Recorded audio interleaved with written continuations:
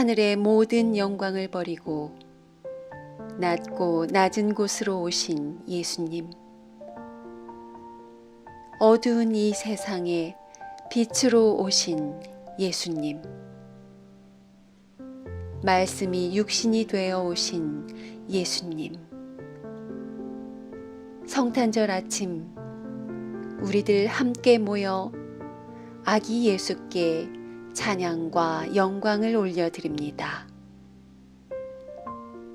아기 예수의 나심을 기대하며 힘들고 먼 길이지만 별을 따라왔던 동방의 박사들, 귀한 예물 드리며 경배하였던 것처럼 오늘 우리도 주님의 오심을 기다리며 고단한 우리 인생길이지만 빛을 따라갑니다. 신령과 진정으로 예배 드립니다. 전쟁의 땅에서 평화를 구하는 이들, 병들어 기적을 구하는 이들, 가난과 배고픔 중에 살기를 찾는 이들, 폭력과 압제에 자유를 갈망하는 이들, 불평등한 현실에 막혀 정의를 구하는 이들, 죄의 수렁에 빠져 벗어나려는 이들, 외로움과 마음의 병으로 희망을 찾는 이들, 임마누엘 주님, 이들에게 오셔서 함께하여 주소서. 평화의 주님, 우리들을 구원하여 주소서.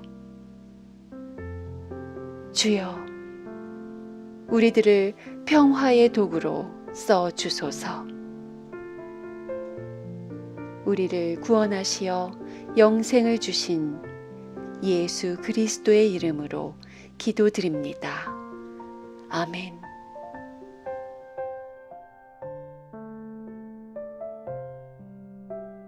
마태 공동체가 전한 거룩한 복음입니다. 그때 동방에서 본 그 별이 그들을 앞서가다가 마침내 그 아기가 있는 곳 위에 이르러 멈추었다. 이를 보고 그들은 대단히 기뻐하면서 그 집에 들어가 어머니 마리아와 함께 있는 아기를 보고 엎드려 경배하였다. 그리고 보물 상자를 열어 황금과 유황과 몰약을 예물로 드렸다. 주님의 말씀입니다.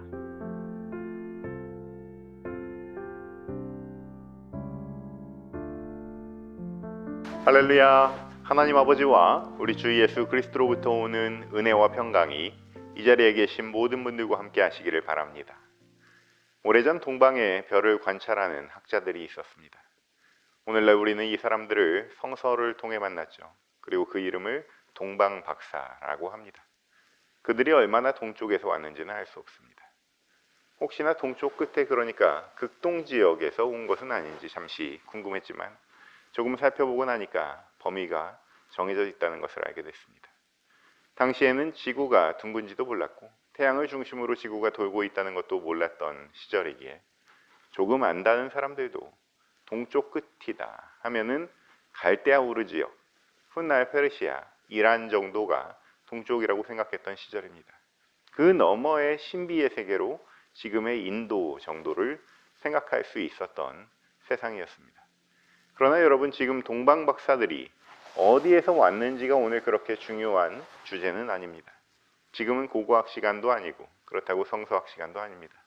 하나님께서 이 사건을 통해서 무엇을 말씀하시려고 하는지 궁금한 마음으로 우리는 빈 그릇처럼 마음을 비워 이 자리에 둘러앉았습니다. 빛으로 오신 아기 예수를 기뻐하는 마음으로 경배하고자 오늘 이 자리에 모인 모든 분들께 주님의 은총이 가득하시기를 축원합니다. 별을 관찰하던 동방 박사들은 어느 날 한 가지 분명한 확신을 가졌습니다. 하늘을 살펴보니 지금까지 기록에 없던 전무후무한 일이 벌어지고 있었던 거예요. 그것은 하나의 표적이었습니다.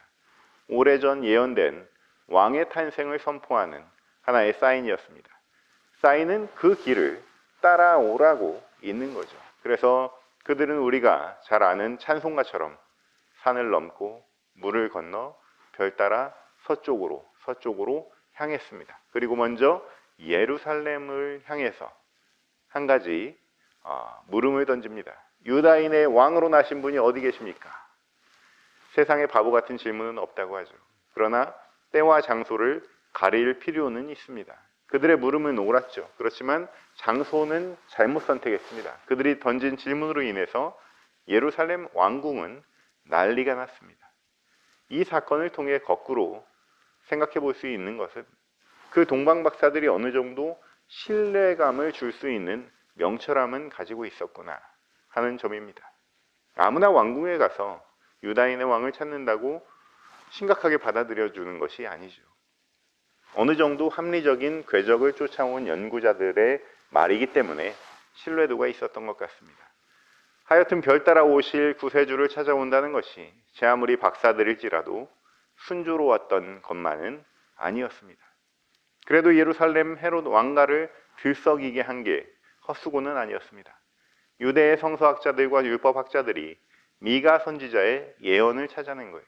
미가 선지자는 이사야 선지자와 함께 기원전 700년쯤에 동시대에 활동하던 선지자였습니다. 이사야 선지자는 고관 대작들을 향한 메시지를 주로 던졌다면 미가 선지자는 백성들을 향해서 직접적인 메시지를 주로 던졌던 예언자였습니다.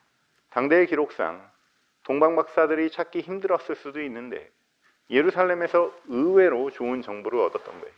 과학자들이 인문학자들에게 신세를 진 셈입니다. 그러므로 어쩌면 바보 같은 질문은 없다는 말이 틀린 말은 아닌 셈이 됐죠.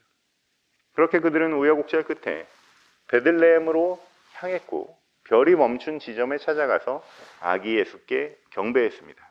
우리가 잘 알듯이 황금과 유향과 모략이라는 세 가지 선물을 아기 예수께 드렸습니다. 황금은 왕으로 오신 예수님을 상징하고 유향은 제사장으로 오신 예수님을 상징합니다. 또 모략은 우리 주의 위에 십자가에 달리신 구세주 예수님을 상징한다. 우리는 그렇게 배웠습니다. 그렇게 아기 예수께 선물을 드리고 나서 잔악한 헤롯 대왕을 피해서 다른 길로 고국을 향해 돌아갔습니다. 여기까지가 성서에서 마태복음에만 나오는 동방 박사들의 경배 이야기입니다. 마치 동화 같은 이야기라고 할 수 있죠. 이제 지금부터는 어른들을 위한 동화를 들려드릴까 합니다. 유대인들은 뜻밖의 사람들을 만났습니다. 피부색이 다른 사람들이었습니다. 옷차림이 다른 사람들이었습니다. 국경을 그들이 어떻게 넘어왔는지 알 수 없습니다. 말은 통하지 않습니다. 이들은 외국인 신분이었고 합법적으로 체류하고 있는지는 알 수 없는 존재들이었습니다. 그런 그들이 성령으로 잉태한 아이를 낳은 마리아를 만납니다. 그 아이는 마국간에서 태어나게 됐고 말구유에 눕혀져 있습니다. 이 또한 합법적으로 출생신고를 할 수 없는 처지지만 평생 정직하게 살아온 요셉은 미리 천사의 고지를 들었기 때문에 평생 자신을 지켜온 신념을 꺾기로 합니다. 이렇게 불안에 떨고 있는 이들이 서로 만났습니다. 동방 박사들은 자신이 가진 것과 온 영혼을 다해서 경배를 합니다. 이것이 이 이야기의 핵심입니다. 이 이야기를 통해서 하나님께서 들려주시고자 하는 메시지를 이제 하나씩 풀어가 봅시다. 수많은 사람들이 동방 박사 이야기의 전후 사정을 알고 싶어 합니다. 전후 사정에 앞서 우리가 전제해야 할 것은 영성은 뺄셈이라는 사실이에요. 어린아이들이 인지 능력이 생기고 나면 수많은 부모들이 맨 처음에 빌드업을 가르치죠. 더 빨리, 더 높이, 빨리 레고 조각을 세워서 멋진 모양을 만들면 좋겠습니다. 빨리 나무 조각을 세워서 멋진 성을 만들었으면 좋겠습니다. 그런데 아이들이 맨 처음 사물에 대해서 하는 일이라고는 원래 상태로 돌아가라는 행위입니다. 부모가 쌓아놓은 성을 무너뜨리는 게 아이들이 하는 일이에요. 레고 조각이 꽂혀져 있으면 그것을 하나씩 하나씩 빼내는 것이 아이들이 하는 일입니다. 하느님께서 보내주신 그대로의 순수한 영혼이 아직 남아있을 때 하는 일이에요. 이 땅에 오셔야 할 어떤 당위도 이유도 없으나 순수한 사랑으로 오신 예수 앞에 선 이들도 마찬가지입니다. 여러 가지 거추장스러운 것들은 빼야 할 일이에요. 달라스의 어느 교회는 브로드웨이 뮤지컬 방식의 크리스마스 유료 공연을 매년 한다고 합니다. 올해도 티켓이 매진됐다고 그래요. 브로드웨이 뮤지컬 같은 연출에 라스베가스에서나 볼 수 있는 서커스가 추가되는 거예요. 정말 멋진 공연이 될 것 같습니다. 그러나 이러한 공연이 우리가 드리는 최고의 선물이 될 수는 없습니다.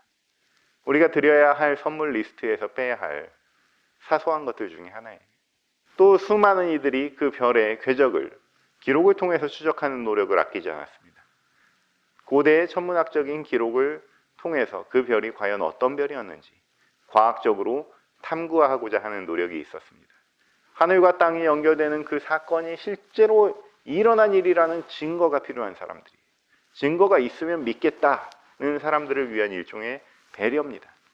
아마도 매년 겨울만 되면 그리스도인 천문학자들은 그 별이 어떤 별이었냐는 질문을 들을 것 같습니다. 한 그리스도인 천문학자는 교단의 인터뷰에 응했습니다. 웨슬리 연합감리교회에 다니는 스트로벨이라는 교수인데요. 이 사람은 캘리포니아의 베이커스필드 칼리지의 천문학과에서 가르치고 있습니다. 그 사람은 이렇게 말합니다. 마태는 과학 교과서나 신문을 쓴 게 아니라 예수라 불리는 하나님의 아들, 경배받기에 합당한 분이신 하나님에 대해 쓴 것이다. 그에게 경배하는 인생이 되기 위해 우리가 어떻게 살아야 하는지를 마태는 기록하고 있다. 실제로 무슨 별인지 조금 알려줬으면 더 재미는 있었을지 모르지만 그가 대신 정리해서 말한 성서의 진실 앞에서 그 별에 대한 호기심 또한 가십거리 수준일 뿐 우리 위에 오신 그리스도 예수 앞에 빼야 할 것들 중에 하나입니다. 또 일부 성서학자들은 황금과 유향과 몰약의 3대 의미에 지나치게 관심을 두기도 합니다. 의미는 주관적인 거예요. 꼭 문자적인 것과 연결될 이유도 없습니다. 너무 동방박사 이야기의 실체적 진실에 몰입할 필요는 없다는 얘기입니다. 그 이야기를 함께 나눈 마태 공동체는 과연 어떤 은혜를 받았을까? 그 은혜를 받은 이들은 자신의 삶을 어떻게 궤도 수정했을까? 이것이 오늘날 우리의 관심이 되어야죠. 오늘은 그 힌트를 한 가지 소설을 통해서 함께 찾아가 보도록 하겠습니다. 19세기 소설가 오 헨리는 동방박사들의 선물이라는 소설을 썼습니다. 우리나라에는 크리스마스 선물이라고 번역이 되어서 들어왔는데 제목의 번역과 상관없이 우리가 잘 아는 이야기죠. 주인공은 델라와 짐이라고 하는 부부입니다. 델라는 풍성하고 아름다운 머리카락을 가졌고 짐은 대대로 갑오로 내려오는 뭘 가졌습니까? 금시계를 가졌죠. 그렇지만 안타깝게도 그 둘은 가난했어요. 크리스마스 날 주머니에 1달러 87센트밖에 없었던 델라는 남편의 금시계에 어울리는 시계줄을 사고 싶었습니다. 그래서 머리카락을 팔았죠. 남편 짐은 아내의 풍성한 머리카락에 어울리는 머리핀을 사느라 귀한 시계를 팔았습니다. 이 순진하고 허술한 사람들의 이야기를 듣고 어떤 사람들은 너무 형편에 알맞지 않게 그렇게 무리해서까지 선물을 준비할 필요가 있냐고 생각할 수도 있습니다. 또 부부가 서로 미리미리 소통을 좀 해야지 이런 불상사를 막을 수 있지 않겠냐 하고 상상하기도 합니다. 그러나 대부분의 사람들은 이 철부지 젊은이들의 바보 같은 사랑에 훈훈함을 느끼는 거죠. 그러나 진짜 저자가 하고 싶은 말은 마지막에 있습니다. 오헨리는 이 부부가 선물을 주는 사람들 가운데 가장 지혜롭다고 말하며 소설을 마무리합니다. 동방박사는 영어로 와이즈맨, 지혜로운 사람들로 이해되기 때문에 이 부부를 동방박사에 빗대어 지혜롭다고 말하고 있는데요. 실제로 성경에 나오는 동방박사들 또한 이 철부지 부부처럼 그렇게 지혜롭지 못합니다. 주변에 노벨상 후보급 교수님들 보신 적이 있으십니까? 자신의 분야를 지독하게 파고드는 그 지혜는 대단하신데 실생활에서 지혜롭지 못한 모습을 우리가 가끔 보지 않습니까? 시작하면서 우리가 살펴봤듯이 동방박사들은 괜한 소동을 일으켰죠. 헤롯 왕궁을 발칵 뒤집어놨습니다. 또 신생아에게 그렇게까지는 필요 없는 너무 값진 선물을 준비했죠. 투머치. 후대의 2차 창작물들을 보면 이 박사들이 경배를 마치고 돌아간 이후에 3명의 지혜로운 할머니들이 찾아와서 기저귀와 우유와 아기 옷가지들을 놓고 갔다는 썰도 있는 걸 보면 사람들 생각이 다 비슷합니다. 그럼에도 불구하고 동방박사들이 몰입했던 지혜는 무엇입니까? 또 오헨리가 말한 철부지 부부, 델라와 짐에게 찾을 수 있는 지혜는 무엇입니까? 이들은 똑소리 나는 사람들은 아니었고 때로 좌충우돌을 하기도 하고 엇갈리기도 했지만 지고지순하고 순박한 마음을 가지고 있었습니다. 그 어떤 똑똑함도 한 가지 목적을 향한 지고지순함을 이길 수는 없어요. 자기 처지를 돌보지 않는 사랑, 뒤를 생각하지 않고 오직 자신을 이끄는 사랑의 빛에 감싸여 걸어왔던 길거나 짧은 여정, 이 사랑과 여정을 이끄는 힘을 우리는 경배라고 할 수 있습니다. 엎드려 절하는 행위나 세상에서 구하기 힘든 진귀한 것들을 드리는 모습은 하나의 고정적인 이미지라고 할 수 있죠. 하나님께서 오늘 아기 예수께 나아와 경배하기를 원하는 하나님의 백성들에게 원하시는 모습은 바로 지고지순함입니다. 2개 있어서, 3개 있어서, 좀 여유가 있어서 드리는 선물이 아니라 단 하나뿐인 내 인생길, 그 여정을 바치는 것이 바로 지혜이자 최고의 선물이자 주님께 드리는 경배입니다. 오늘 드리는 크리스마스 예배를 끝으로 다사다난했던 올 한 해가 저물어 갑니다. 지난 한 해 우리가 삶으로 드렸던 예배는 어떠하셨습니까? 우리 일상은 훈훈했습니까? 오 헨리의 소설만큼이나 타인의 가슴을 더웁게 만들었는지 궁금합니다.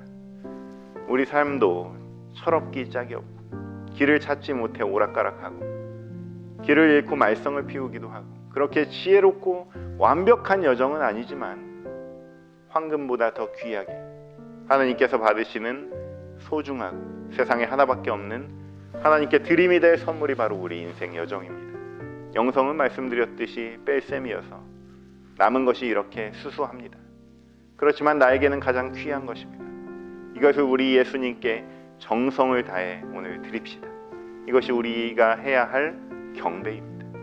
돌아오는 새해에는 더 값지고 더 지혜롭게 우리 영혼의 순례 여정을 하느님께 드릴 수 있는 복된 저와 여러분 되시기를 주님의 이름으로 축원합니다. 모든 지각 위에 뛰어난 하느님의 평강이 그리스도 예수 안에서 너희 마음과 생각을 지키시리라.